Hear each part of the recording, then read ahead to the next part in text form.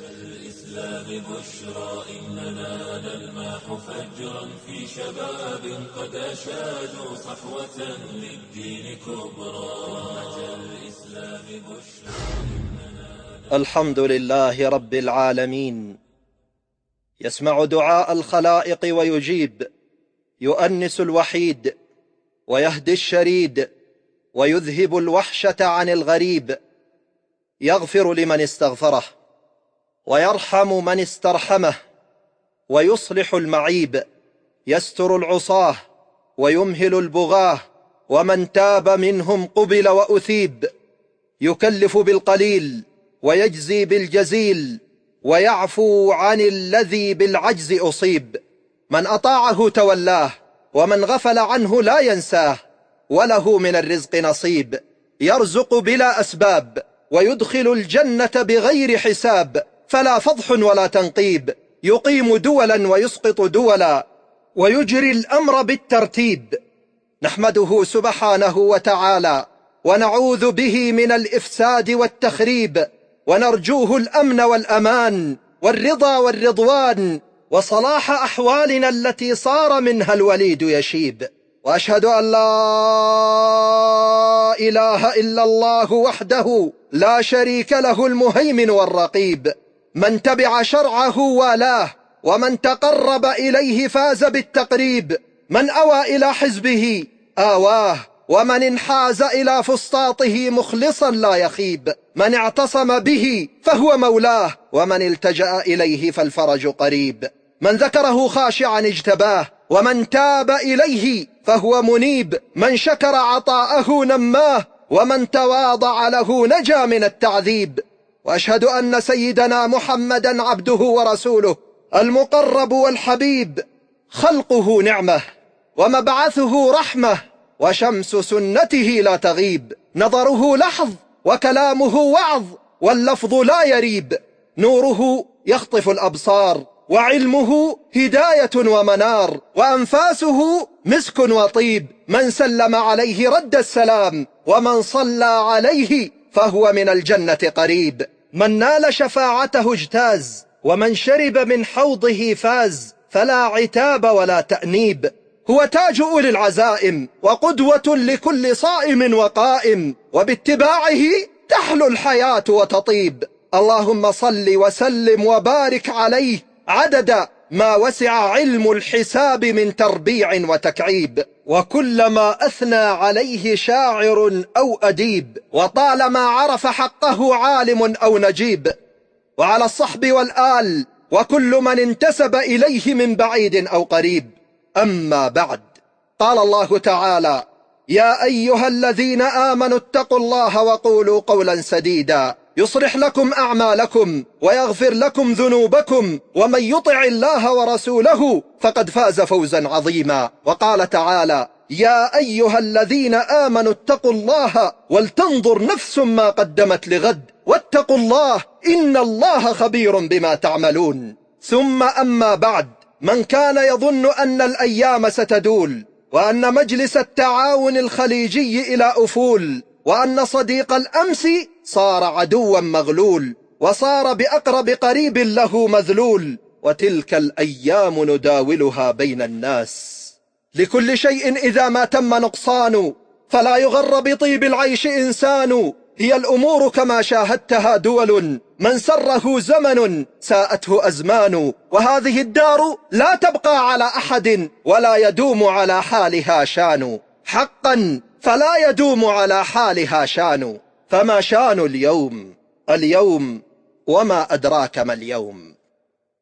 اليوم دالت دول في مكرها وجالت، وحلت في وحلها ومنه استحالت، ومكرت مكرا كبارا فبانت، فوقعت في سوء أعمالها وعانت. اليوم وما أدراك ما اليوم. اليوم تدخل السعودية وقطر في فتنة الدهيماء ومرحلة الفسططة. فتنة الدهيماء التي أججتها بقنواتها العربية والجزيرة، فاصطلت بنارها الشعوب، واليوم يصطلي بنارها الظارم اللعوب. فتنة الدهيماء هي فتنة العامة، من الأمراء والحكام والرؤساء والشعوب والأفراد والجماعات، فما من بيت إلا ودخلته، وما من مسلم إلا ولطمته. يصير الناس فيها إلى فسطاطين: فسطاط إيمان لا نفاق فيه، وفسطاط نفاق لا إيمان فيه. فسطاط ينتهي بقيادة الإمام المهدي عليه السلام، وفسطاط ينتهي بقيادة الأعور الدجال، كما أخبر المصطفى عليه الصلاة والسلام. فمنذ عام 2011 للميلاد، الموافق 1432 للهجرة، هبت رياح التغيير كما يحلو للشعوب أن تسميها، أو ثورات الربيع العربي أن تكنيها. والحقيقة أنها رياح الفسططة وثورات المرحلة. توهم الأبعدون بأنها ثورات، واعتقد الأقربون بأنها مجريات، وأقسمنا ورب السماوات أنها تحولات. تحولات في أشراط الساعة، تحولات في أشراط الساعة، وتحولات في الحكم الجبري إلى الخلافة الراشدة على منهاج النبوة. تحولات تفسطط الأفراد والجماعات، وتفضح الولاءات والبراءات. كم اختفت حقائق خلف الكواليس، وتقنعت وجوه وهن أباليس. كل ذلك عبر وسائل خسيسة قذرة، وسائل إعلامية وأخرى مالية، تبيع الدين بالدنيا فلا تلقى بذا بأسا، وقد دفنت شهامتها، وقيل لأمها تعسى. يقوم عليها معتل مأجور، مختل طرطور، على الخبث مأطور، قن يستطيب الصن، يجري من الخبث على نسق، ومن السفه في غسق. يملي وإبليس له وزير، إياه يسترئي ويستشير. اهتبل من الأمة غيبتها، فنفض عيبتها، وأهان شيبتها، ووقف لها بكل مرصد ليغتال قوتها التي تسود العالم بها. انبرى يبيع الأقصى في صفاقة، ويتهم كل جماعة تسعى لتحريره في لباقة، يجعل من فساده صلاحا، ومن صلاح المؤمنين فسادا. وإذا قيل لهم لا تفسدوا في الأرض قالوا إنما نحن مصلحون، ألا إنهم هم المفسدون ولكن لا يشعرون. ثم أفرز لنا هذا عبر مشايخه ومفتيه فتاوى ترضيه وتعليه، وتفجر في حق غيره من أجل أن تلمعه وتطريه. فراح يدمر اليمن والأقصى، واستعدى قطر وبحصارها أقصى، وكل شعب يقتله ويفنيه، وما همهم إلا الفتات ونيل الكراسي والعلات. لسان حالهم: أئن لنا لأجرا إن كنا نحن الغالبين؟ قال: نعم، وإنكم إذا لمن المقربين. فألقى مفتيهم وكتابهم عصيهم وحبالهم، وقالوا بعزة بن سلمان: إنا لنحن الغالبون. فكتبوا مقالات وهرطقات وطعنات في الأنساب مدبجات، فقدموا وأخروا، وأخروا وقدموا، فطعنوا في أصرح العرب نسبا، وأوثقهم حسبا، من أصولهم في الثرى وفروعهم في الثريا. طعنوا في نسب بني تميم، واستعدوا رئيس قطر تميم. قلبوا الحقائق كمن يسمي التبر تبنا والطيب صنا. لقد ابتغوا الفتنة من قبل، وقلبوا لك الأمور، حتى جاء الحق وظهر أمر الله وهم كارهون.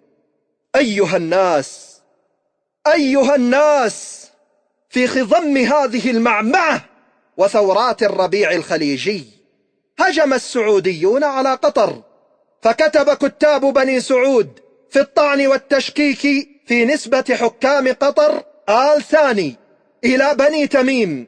ونسي هؤلاء أن رجلا نال من بني تميم عند رسول الله صلى الله عليه وسلم، فقال الرسول صلى الله عليه وسلم: مه عنهم، لا تقل في بني تميم إلا خيرا، فإنهم عظام الهام، ثبت الأقدام، أنصار الحق في آخر الزمان. ترى لماذا طعنوا في أنسابهم؟ وهل هم حقا لا ينتسبون إلى بني تميم؟ وهل الطعن في أنسابهم له علاقة بالسياسة؟ وإذا ثبت أن هؤلاء ينتهي نسبهم إلى بني تميم، فلماذا تفزع السعودية وكواليس ساستها من نسبتهم إلى بني تميم؟ وإن من أعجب العجيب وأغرب الغريب أن يوقع الصغير بالكبير، ويوقع المفتي الكبير رئيس هيئة كبار العلماء آل الشيخ المنتمي نسبا إلى بني تميم يوقع لصغار الكتاب على الطعن في نسب بني عمومته كذبا وزورا. رشحوه لتغريب وتفنيد، واستنشدوه سفيه النفس مضطربا مستغرب المتن مجهول الأسانيد. ولولا الشعير ما نهقت الحمير، فيا عزما وحزما وانطلاقا إلى نيل الوظائف والحطام، كذبان على جيف تداعت ترنم أو تغرد بالهيام. فطعنوا وقطعوا ووضعوا النسب الأجل، ورفعوا وجمعوا ولمعوا الحقير الأذل. فيا أيها المفتي الأشر، لا أظنك تنكر اثنين في واحد. فأما الأول لا أظنك تجهل قول الله تعالى في أذية المؤمنين ونهي رسول الله صلى الله عليه وسلم في الطعن في أنسابهم. وأما الثاني لا أظنك تجهل حديث النبي صلى الله عليه وسلم في مكانة بني تميم في الأنساب وطول رماحهم على الدجال الأعور الكذاب. فأما الأول يقول الله تعالى: والذين يؤذون المؤمنين والمؤمنات بغير ما اكتسبوا فقد احتملوا بهتانا وإثما مبينا. قال رسول الله صلى الله عليه وسلم: اثنتان في الناس هما بهم كفر، الطعن في النسب والنياحة على الميت. رواه مسلم من حديث أبي هريرة رضي الله عنه.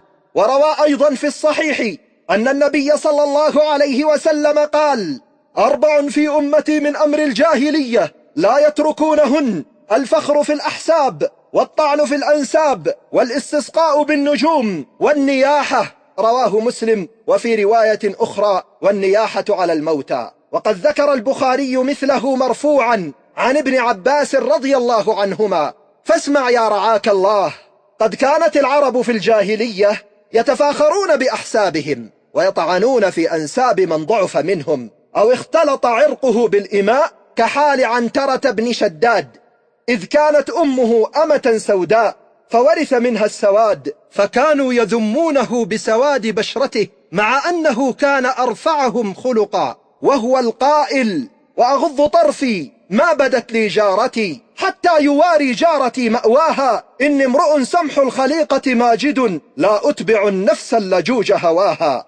فظلت الجاهلية مطعونة الجانب حتى أتى الإسلام فجب ما قبله، ونهى عن هذه الجاهلية الأولى، فنهى عن الفخر بالأحساب والطعن في الأنساب، وحض على مكارم الأخلاق والتقوى في الدين. قال الله تعالى: إن أكرمكم عند الله أتقاكم.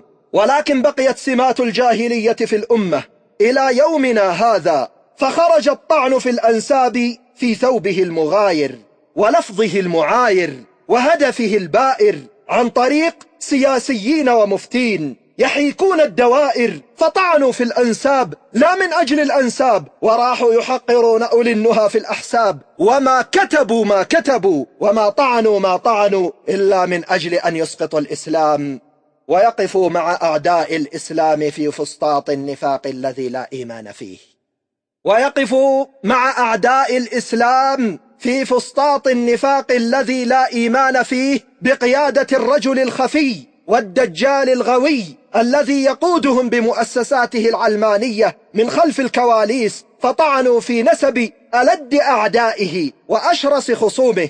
فلا برحت يمينك في ضلالي، وكم هزعت ليال في ليالي. أيها المسلمون، إن الصراع اليوم بين الحق والباطل قد وصل إلى أعلى صوره، بين فسطاط إيمان بقيادة المهدي وأنصاره بني تميم، وبين فسطاط النفاق بقيادة الدجال وأعوانه من اليهود والأعراب والمنافقين. هل تعلمون ما هو سر هذا الهلع والخوف؟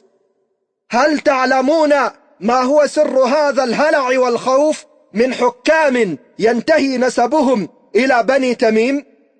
أرهف سمعك وأصغ أذنك إلى قول رسول الله صلى الله عليه وسلم عن بني تميم: هم أشد أمتي على الدجال. رواه الشيخان البخاري ومسلم من حديث أبي هريرة. وعن عبد الله بن مسعود رضي الله عنه قال: قال رسول الله صلى الله عليه وسلم: ليس أحد أشد على الدجال من بني تميم. أخرجه الخطيب. ونال رجل من بني تميم عند رسول الله صلى الله عليه وسلم يوما فقال: لا تقل لبني تميم إلا خيرا، فإنهم أطول الناس رماحا على الدجال. رواه أحمد. هذا هو سر ذاك الهلع والخوف الشديد. ولطيفة من اللطائف، فإن أشد الناس على الدجال بنو تميم، وأول من شاهد الدجال موثوقا في إحدى جزر البحر هو الداري تميم. واليوم في عهد الفسططة يقف ضد مؤسسات الدجال حاكم قطر تميم. وفي آخر الزمان روي أن بعد قتل عيسى عليه السلام للدجال سيلي رجل من بني تميم.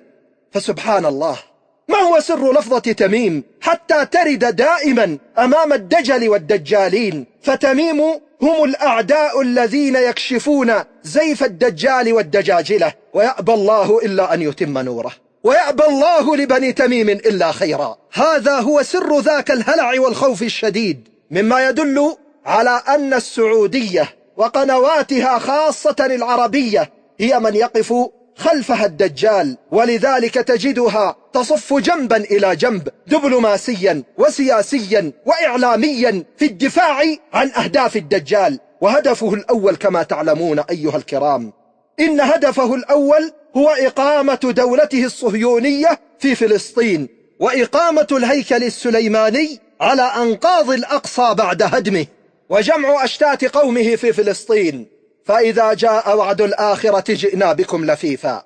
ولكن هيهات هيهات، فإن لهم عبادا صالحين بالمرصاد أولي بأس شديد، إنهم المهدي وبنو تميم. فإذا جاء وعد الآخرة ليسوءوا وجوهكم وليدخلوا المسجد كما دخلوه أول مرة وليتبروا ما علوا تتبيرا. وما جاء اتهام السعودية لقطر أنها دولة إرهابية إلا نتيجة دعمها للقضية الفلسطينية. إنها الأدلة الواضحة والبراهين الفاضحة والقرائن الدامغة في دجالية هذه الدولة الكاذبة، واتخاذ أسماء مفتراه تتخفى خلف بريقها ولمعانها كهرة تحكي انتفاخا صولة الأسد. إنهم يفرحون بنصرة الدجال وقوم الدجال من اليهود الصهاينة وأتباعهم من الأمريكان، ويدفنون قضايا المسلمين ويرقصون على جراح المثخنين ويبيعون الأقصى وفلسطين. فمتى يفهم هؤلاء أننا لسنا أغبياء؟ متى تفهم؟ تمرغ يا أمير النفط فوق وحول لذاتك كممسحة تمرغ في ضلالاتك. لك البترول فاعصره على قدمي خليلاتك، كهوف الليل في أغادير قد قتلت مروءاتك. فبعت القدس، بعت الله، بعت رماد أمواتك، كأن حراب إسرائيل لم تجهض شقيقاتك، ولم تهدم منازلنا، ولم تحرق مصاحفنا، ولا راياتها ارتفعت على أشلاء راياتك. كأن جميع من صلبوا على الأشجار في يافا وفي حيفا وبئر السبع ليسوا من سلالاتك. تغوص القدس في دمها وأنت صريع شهواتك. تنام كأنما المأساة ليست بعض مأساتك. متى تفهم؟ متى يستيقظ الإنسان في ذاتك؟ متى تفهم أن وراءك الدجال يزهو في عباءاتك ويخدع الدنيا ببعض جاهك أو إماراتك؟ متى تفهم؟ هدمت في صنعاء أبهى حضاراتك ونسفت في قطر أقوى علاقاتك. متى تفهم؟ متى تفهم؟ إيه لن تخادعني بنفطك أو ريالاتك. متى تفهم؟ متى تفهم؟ إن هؤلاء القوم راحوا يطعنون في كل شيء، وقد تعمقوا ولم يتركوا شيء، حتى تجاوزوا الخلاف في الأطر السياسية والحدود المتعارف عليها إلى المضمون والجوهر واللباب، فانتهوا إلى النيل من الأحساب والأنساب، فطعنوا في نسب حكام قطر. ومن منا لا يعرف حكام قطر؟ من منا لا يعرف حكام قطر إلى من ينتسبون؟ إن نسبهم ظاهر معروف موصول ببني تميم، ومنازلهم التي يسكنون بها اليوم هي منازل بني تميم، وسيماهم وأشكالهم وأجسامهم هو وصف بني تميم. ولا أكثر من قول رسول الله صلى الله عليه وسلم: واصفا إياهم: هم ضخام الهام، رجح الأحلام، ثبت الأقدام. فمن ينظر إلى آل ثاني بمجموعهم وأفرادهم، من صغيرهم إلى كبيرهم، من تميمهم إلى حمدهم، لا ينكر أنهم طوال الأجسام، ضخام الهام. ومن ينكر صفاتهم هذه كمن ينكر الضوء إلى الشمس والنور إلى القمر. صريح النسب فيهم ظاهر في التسلسل والمظاهر، مسلسل من غير ما إبهام، مطعم بالخلق والإكرام، معنعن الآباء والأجداد، وكلهم موحد الوسام. فهم آل ثاني من تميم، في أوصافهم وصف بني تميم. أقول: وإن من أقوى أسرار ذاك الهلع والخوف، وهو أعظمها وأشدها وأكبرها، أن بني تميم سيصطفون في فسطاط الإيمان الذي لا نفاق فيه، بقيادة حفيد الرسول صلى الله عليه وسلم، الإمام المهدي محمد بن عبد الله عليه السلام، الذي يخرج عليه الدجال. فكما أنهم أشد الناس عليه وأطولهم رماحا عليه، فهم أنصار الحق في آخر الزمان، في وقت ظهور المهدي ونزول عيسى عليه السلام. روى السلمي الشافعي في كتابه عقد الدرر في أخبار المهدي المنتظر عن علي بن أبي طالب رضي الله عنه، وهو يتحدث عن الإمام المهدي، فقال: ويكثر الله جمعه بتميم، أي أنهم يكثرون له العدد والعدة برجالهم وأموالهم وإعلامهم، وينصرونه نصرا مؤزرا. وهذا هو معنى حديث رسول الله صلى الله عليه وسلم لما أتت صدقات بني تميم التي احتفى الرسول صلى الله عليه وسلم بها، فنسبهم إليه ونسب نفسه إليهم، فقال صلى الله عليه وسلم: هذه صدقات قومنا. وكأن سر هذه الحفاوة النبوية بصدقاتهم تدل على أنهم سيكونون أكثر الناس أموالا على مر الزمان، وستكون أكثر أموالهم خدمة للإسلام وأهله، وسيستمر فيضها وعطاؤها من كرائم أموالهم إلى يوم القيامة. وهو معنى قول رسول الله صلى الله عليه وسلم: هضبة حمراء لا يضرها من ناوأها أو عاداها، كما قال بذلك بعض أهل اللغة في شرح معنى هضبة حمراء. وذكر في بعض كتب الأخبار أن الله يتم أمر المهدي بتميم الذي هو من البؤس سليم، فما أبعد الفقر والبؤس عنهم، وما أقرب الغنى والثراء إليهم. وبما أن المهدي عليه السلام سيكون مكان ظهوره في مكة وبيعته بين الركن والمقام، فإن ذلك أمر حساس بالنسبة للدولة السعودية، إذ هو يمس أقدس مكان فيها، فبانتقاله إلى غيرهم يزول حتما ملكهم. لذلك راح بنو سعود يطعنون في كل ما هو جميل في قطر وفي بني تميم، خوفا أن يكونوا هم المعنيين بنصرة المهدي، وخوفا على ملكهم من الزوال. أيها المسلمون، أيها المؤمنون، أيها المسلمون جميعا في كل مكان، إني أوجه رسالتي إليكم حتى تكونوا على حذر وعلى أهبة الاستعداد، فإن صراع الفسطاطة قد بدأ، وأنتم على وشك ظهور قياداته من المهدي عليه السلام والدجال عليه من الله ما يستحق. فكونوا مع المهدي في فسطاط الإيمان الذي لا نفاق فيه، وكونوا مع القوم الذين هم أنصار الحق في آخر الزمان. وأما الرسالة الثانية فأخص بها بني تميم، فكونوا عند عهد رسول الله صلى الله عليه وسلم إليكم.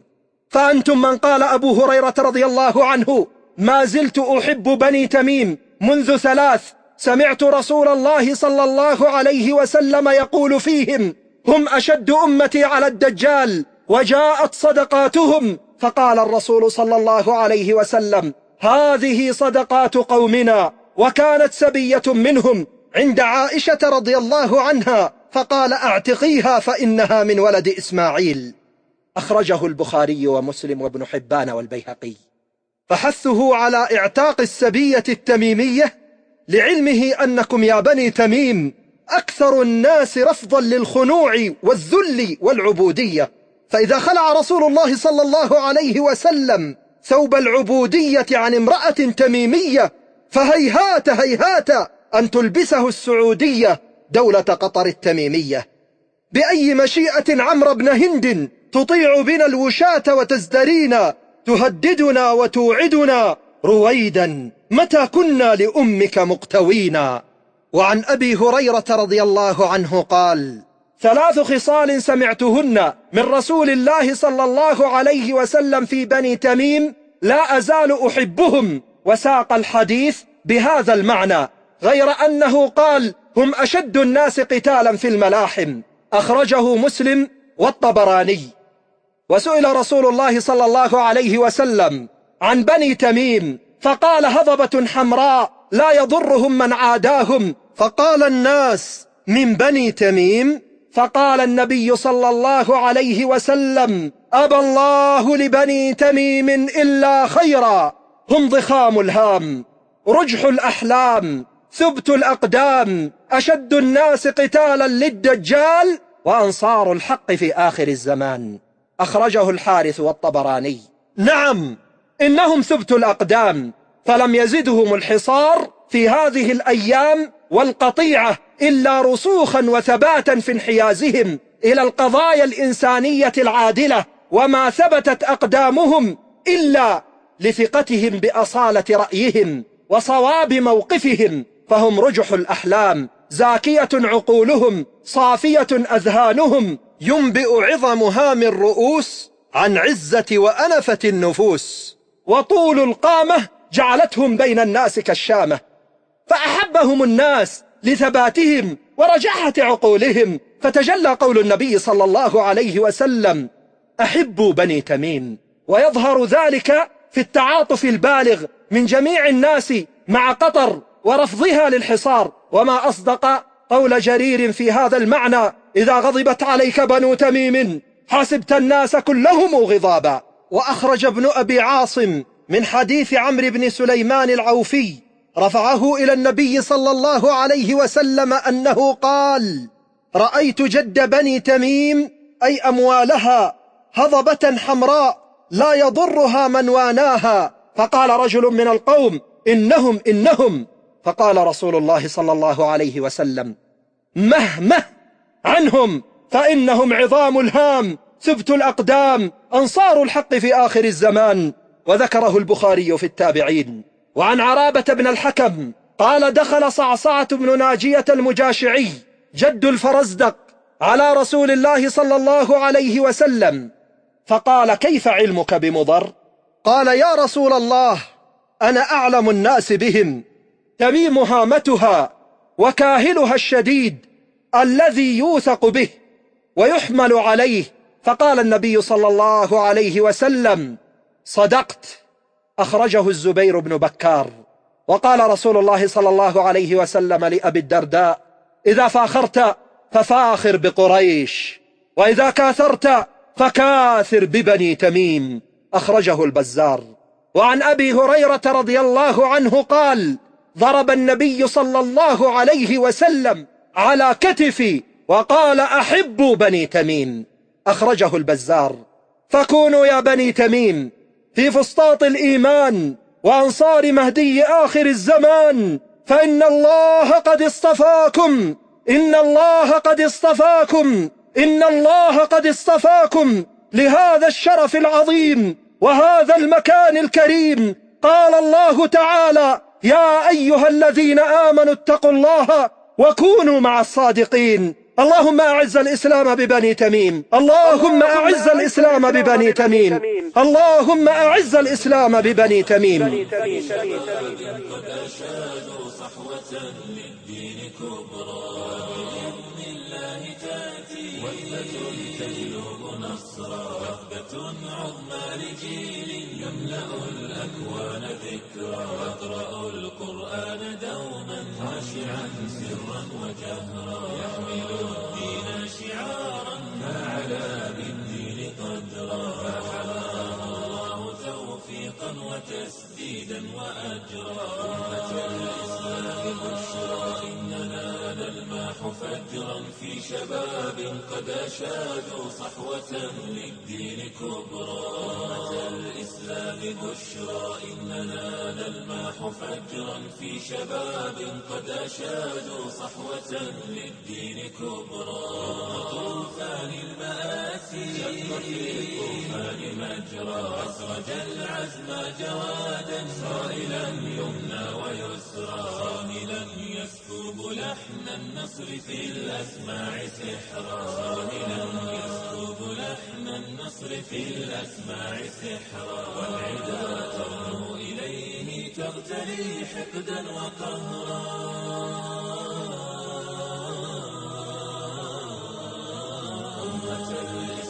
بشرى إننا نلمح فجرا في شباب قد أشادوا صحوة للدين كبرى. أمة الإسلام بشرى إننا نلمح فجرا في شباب قد أشادوا صحوة